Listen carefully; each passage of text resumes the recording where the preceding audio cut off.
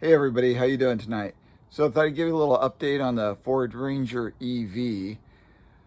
I charged it up yesterday for about 6 hours, and the charger indicated it was charging. It was flashing red, and after about 6 hours it started flashing green, which would have meant it was at 100%.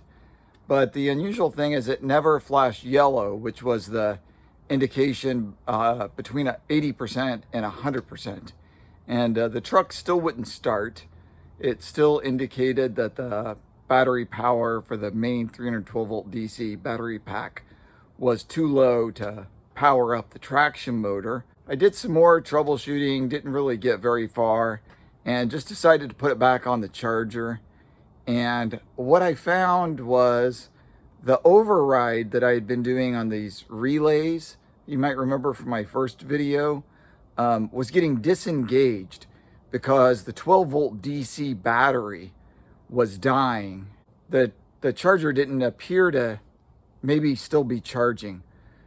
So I found one cause for that was a priority start electromechanical contactor that the previous owner had installed, and it was disengaging sometime during the charge cycle, which is interesting because according to the Ford manual, when this truck is plugged in to charge the 312 volt DC battery pack, the DC to DC converter should be running and providing 13 or 13 and a half volts and charging up the 12 volt auxiliary battery.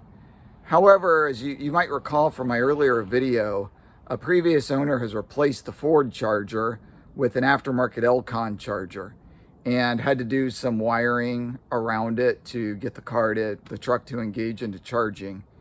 And I'm thinking maybe he didn't wire all the proper connections or the signal wire to the DC to DC converter to have it run to charge the 12 volt battery when the 312 volt battery pack was being charged. So all that is sort of questionable right now and yet to be figured out. So what I did last night was I disconnected and removed the priority start, and with the 12 volt DC battery, it seemed to be charged up enough. I put the 312 volt charger back online last night before I went to bed.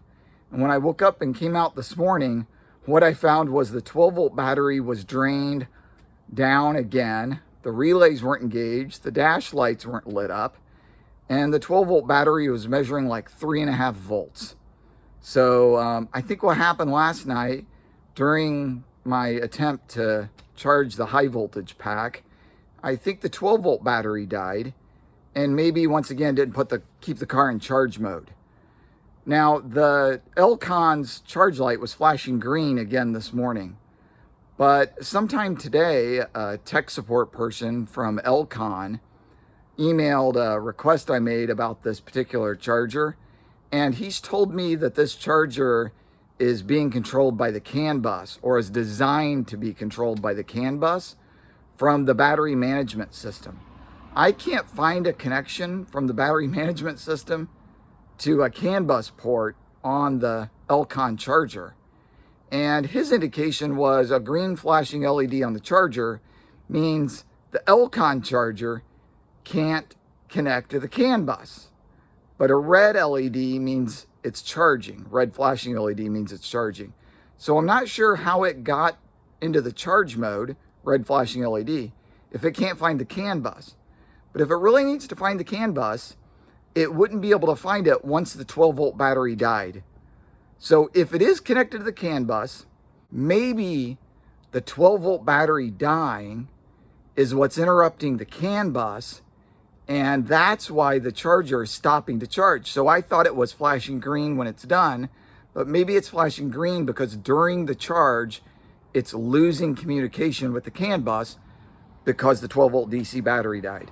So what I decided to do today was pull out the 12 volt battery that was in the truck when I got it and put in my deep cycle battery from my boat, which is fully charged. I keep it charged with a solar panel, and I'm not using it right now. So I thought, okay, I'll put it in the truck. It's got the SAE posts on top. I'll just hook it up and go from there.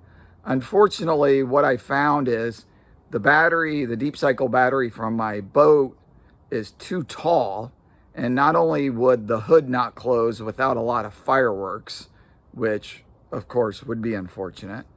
The other problem is that the battery cables for the truck can't reach the top posts on this battery, which is much too tall.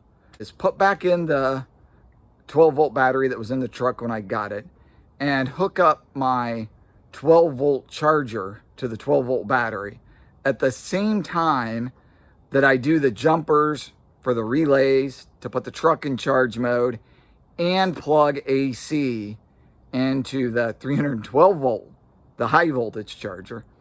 Let it sit for a couple hours. Meanwhile, I'm going to work on getting some parts to install a 240-volt outlet in my garage here and build up a cable or see what I've got laying around, maybe some SO cord, couple twist locks, and try to get 240 volts AC to this charger, because it'll run at a much higher charge rate, charging with a 240 volt input instead of 120 volt input. I think I shared with you last time, this ElCon charger seems pretty nice in that it has a AC voltage input range of 85 volts to like 260 volts. So not a problem at all hooking it up either to 120 or 240. But when it's hooked up to 120, it goes down to like 1.8 kilowatts. And 1.8 kilowatts at like 340 volts, which it's probably running somewhere around there to charge this 312 volt pack. That would only be like 5 amps. 5 amps into this battery pack, this nickel metal hydride pack, if it's completely dead, if it ever charges it, it's going to take forever. The tech support guy from ElCon told me that this charger can put out up to 412 volts. So I'm going to head that direction and see where I get. We'll see you guys later.